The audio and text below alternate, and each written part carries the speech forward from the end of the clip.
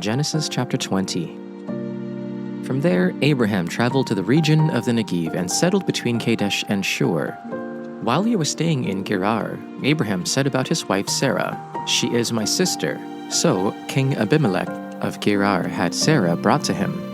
But God came to Abimelech in a dream by night and said to him, "You are about to die because of the woman you have taken, for she is a married woman." Now Abimelech had not approached her, so he said, "Lord, would you destroy a nation even though it is innocent? Didn't he himself say to me, 'She is my sister'? And she herself said, 'He is my brother.' I did this with a clear conscience and clean hands." Then God said to him in a dream, "Yes, I know that you did this with a clear conscience. I have also kept you from sinning against me. Therefore I have not let you touch her. Now return the man's wife, for he is a prophet, and he will pray for you and you will live. But if you do not return her, know that you will certainly die, you and all who are yours." So Abimelech rose early in the morning, called all his servants, and told them these things, and the men were very much afraid. Then Abimelech called Abraham and said to him, "What have you done to us? How have I sinned against you that you have brought such great guilt on me and my kingdom? You have done things to me that ought not to be done." Abimelech said to Abraham, "What were you thinking that you did this?"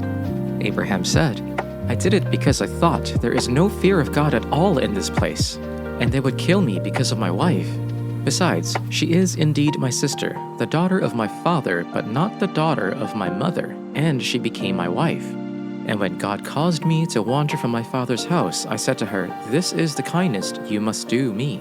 At every place to which we come, say of me, He is my brother.' Then Abimelech took sheep and oxen, and male and female slaves, and gave them to Abraham, and returned his wife Sarah to him. And Abimelech said, 'My land is before you. Live wherever you like.' To Sarah he said, 'I am giving your brother 1,000 shekels of silver. This is to cover the offense against you before all who are with you. You are completely vindicated.'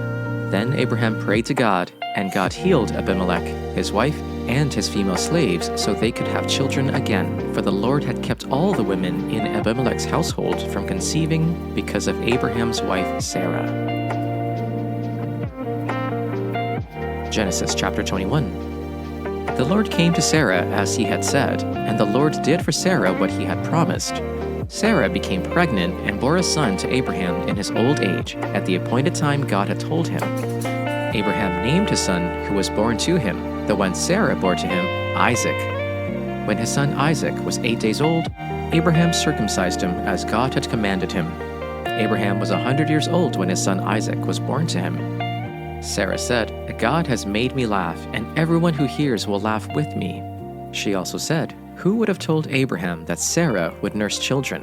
Yet I have borne a son for him in his old age."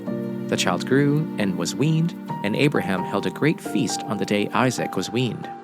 But Sarah saw the son mocking, the one Hagar the Egyptian had borne to Abraham. So she said to Abraham, "Drive out the slave with her son, for the son of the slave will not be a co-heir with my son Isaac." This was very distressing to Abraham because of his son. But God said to Abraham, "Do not be distressed about the boy and about your slave. Whatever Sarah says to you, listen to her, because your offspring will be traced through Isaac. And I will also make a nation of the slave's son, because he is your offspring." Early in the morning, Abraham got up, took wine and a waterskin, put them on Hagar's shoulders, and sent her and the boy away. She left and wandered in the wilderness of Beersheba. When the water in the skin was gone, she cast a child under one of the bushes.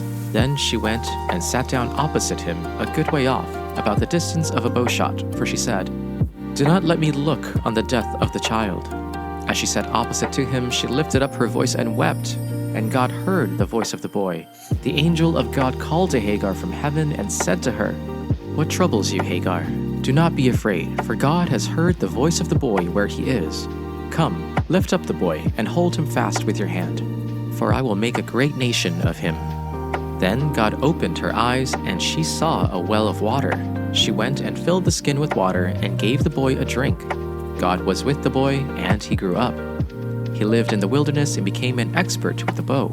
He lived in the wilderness of Paran, and his mother got a wife for him from the land of Egypt. At that time, Abimelech, with Phicol, the commander of his army, said to Abraham, God is with you in all that you do. Now, therefore, swear to me here by God that you will not deal falsely with me or with my offspring or with my posterity. But as I have dealt loyally with you, you will deal with me and with the land where you have resided as an alien. And Abraham said, I swear it. When Abraham complained to Abimelech about a well of water that Abimelech's servants had seized, Abimelech said, I do not know who has done this. You did not tell me, and I have not heard about it until today. So Abraham took sheep and oxen and gave them to Abimelech, and the two men made a covenant. Abraham set apart 7 ewe lambs of the flock. And Abimelech asked Abraham, What is the meaning of these 7 ewe lambs you have set apart by themselves? He replied, Accept these 7 lambs from my hand as a witness that I dug this well. So that place was called Beersheba because the 2 men swore an oath there. After the treaty had been made at Beersheba, Abimelech and Phicol, the commander of his forces, returned to the land of the Philistines. Abraham planted a tamarisk tree in Beersheba, and there he called on the name of the Lord, the eternal God. And Abraham stayed in the land of the Philistines for a long time. Genesis chapter 22. After these things, God tested Abraham and said to him, Abraham. Here I am, he answered. Take your son, he said, your only son Isaac, whom you love. Go to the land of Moriah and offer him there as a burnt offering on one of the mountains I will tell you about. So Abraham got up early in the morning, saddled his donkey, and took with him 2 of his young men and his son Isaac. He split wood for a burnt offering and set out to go to the place God had told him about. On the 3rd day, Abraham looked up and saw the place in the distance. Then Abraham said to his young men, Stay here with the donkey. The boy and I will go over there to worship. Then we'll come back to you. Abraham took the wood for the burnt offering and laid it on his son Isaac.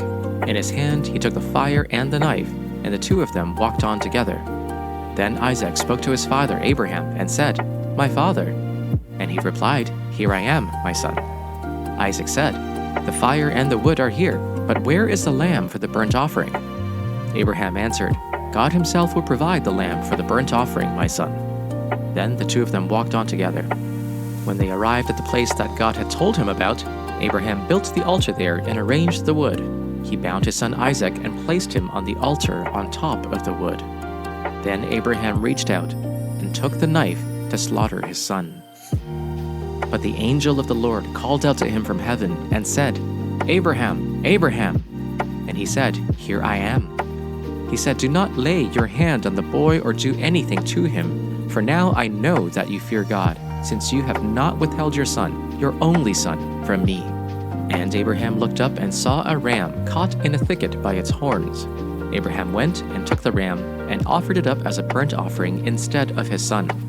So Abraham called the place, The Lord Will Provide. As it is said to this day, On the mount of the Lord it shall be provided. The angel of the Lord called to Abraham a second time from heaven and said, By myself I have sworn, says the Lord, because you have done this and have not withheld your son, your only son, I will indeed bless you, and I will make your offspring as numerous as the stars of heaven and as the sand that is on the seashore. And your offspring shall possess the gate of their enemies, and by your offspring shall all the nations of the earth gain blessing for themselves, because you have obeyed my voice. So Abraham returned to his young men, and they arose and went together to Beersheba. And Abraham lived at Beersheba. Now, after all these things, it was told to Abraham, Milcah has also borne children to your brother Nahor. Uz, the firstborn, Uz, his brother, Kemuel, the father of Aram, Kesed, Hazo, Pildash, Jidlaph, and Bethuel. Bethuel became the father of Rebekah. Milcah bore these 8 sons to Abraham's brother Nahor. His concubine, whose name was Rumah, also had sons, Teba, Gaham, Tahash, and Makkah.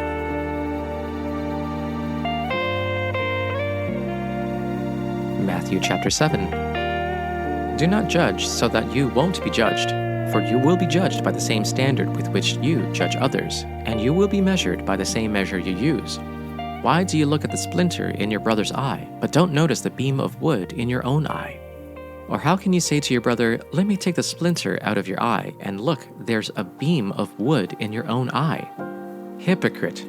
First, take the beam of wood out of your eye, and then you will see clearly to take the splinter out of your brother's eye.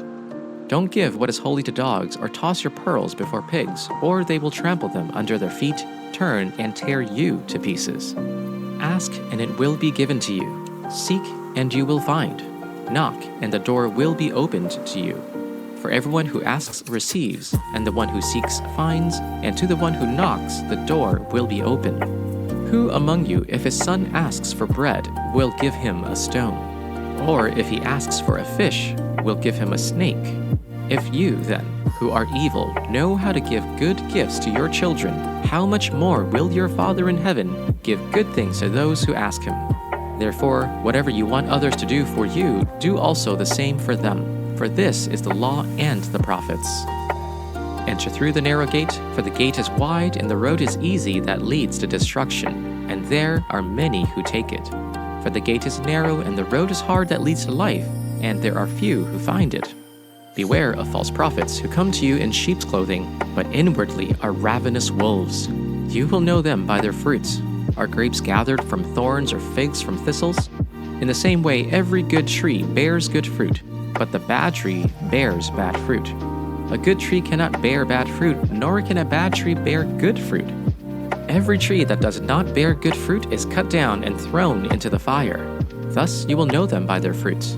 Not everyone who says to me, Lord, Lord, will enter the kingdom of heaven, but only the one who does the will of my Father in heaven. On that day many will say to me, Lord, Lord, did we not prophesy in your name, and cast out demons in your name, and do many deeds of power in your name?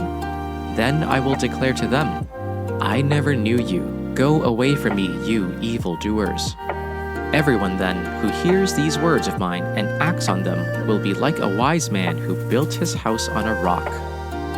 The rain came down, the streams rose, and the winds blew and beat against that house. Yet it did not fall, because it had its foundation on the rock. But everyone who hears these words of mine and does not put them into practice is like a foolish man who built his house on sand. The rain came down, the streams rose, and the winds blew and beat against that house, and it fell with a great crash. When Jesus had finished saying these things, the crowds were amazed at his teaching, because he taught as one who had authority, and not as their teachers of the law.